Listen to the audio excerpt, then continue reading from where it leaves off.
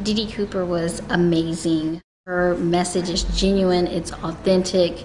She meets the students where they are. Raise your hand for me if any of you have ever been in love.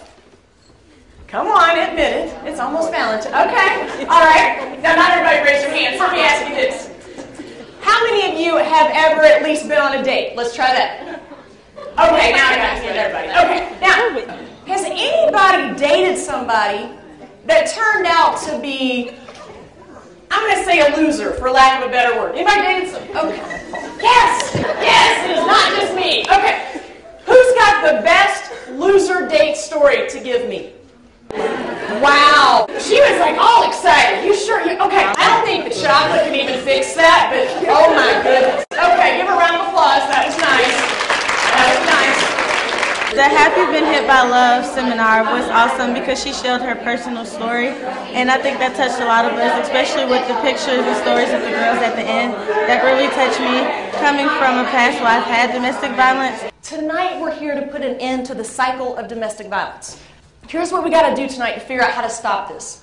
We're going to look at it in 3 different ways. The first thing we're going to look at is how anybody can end up in this situation. Because I know a lot of you are sitting there right now saying, man, this would never happen to me. This is a sad story you might be telling, but this would never happen to me. I'm going to show you how it can happen to anybody. Second thing we're going to do is we got to figure out what are the signs and symptoms. 22% of college students are going to be involved in physical violence in a relationship. That means 1/4 of your student body is going to be faced with exactly what we're going to talk about tonight. That's a problem. And last but not least, we're going to talk about how do you get out, right? How do you effectively leave the situation? Because it's not just that easy to say, nah, just leave, just break up, right? It just doesn't work that way. You know, I feel like as a student in college, that they need to hear the story of how anybody can end up in this situation. I know for me personally, I never thought I would be involved in any kind of physical violence in a relationship. But when I started looking into it and realized that almost 1/4 of college students are going to be impacted by this, I realized that I need to get the message out. When I was in college, I found myself in this exact same situation. It changed the way that I thought, the way that I acted, the way that I believed. How does somebody wind up in this situation? Because at the beginning, everybody's awesome, aren't they? If somebody was crazy in the first week, you run, right? He calls you up on your first week of dating and says, I just had a one-night stand and somebody's pregnant. Okay, we're probably over, right? I don't think we're going to make it. Good luck with your baby, and we'll see you on Maury. And okay, so, right? That's what happens. First year, everything looks perfect. My knight in shining armor was perfect. And then the cracks begin to show. And the cracks look like this.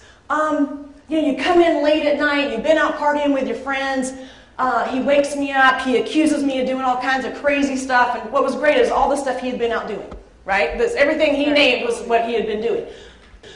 I had been home all night.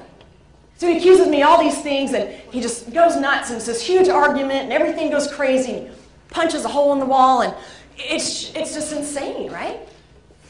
But then the next day, it's, I don't know what got into me. I am so sorry. I don't even know what I was thinking. I don't know how that hole got there. It'll never happen again. I love you so much. God, I promise I'll never do that again. And see, to me, this is the way I looked at it. You know what? I'm not perfect. I make mistakes. And he said he'd never do it again. That little hole in the wall, I can fix that. Give me some plaster, some paint. That's done. But my heart, I can't fix that. I'm in love. So I forgive him. Right? He said he'll never do it again, and that's exactly what I want to believe, so that's what I believe. Well, unfortunately, those one-time mistakes began to be more and more often. Right? The once every 6 months became once every 3 months. Right? And once every 3 months became once every month. And now I was in way too deep. Right? I had made decisions that my family and friends told me not to. Right? We said, just break up, just leave. It's that easy. It's not that easy. And I'll tell you how I got out. A dog saved my life. Maybe a better way for me to say that is that my love for a dog saved my life. Having DeeDee Cooper come speak to the students on your campus is important. She has an important message that they need to hear. And the students that heard her message on our campus were definitely impacted. You know, I think the biggest satisfaction for me is to have the students when they come up afterwards and they tell me that whether it's someone in their family or their roommate or someone they know, that they feel like they're better equipped now to help them get out of the situation, or at least be supportive so that when the person is ready to leave, that they actually know how to leave. I've had friends that dealt with this, and I was glad that she hit the point of how to talk to your friends and how to treat them and not to just like go away from them. And I really appreciated it, and I'm glad she was able to tell her story, and it meant a lot to me.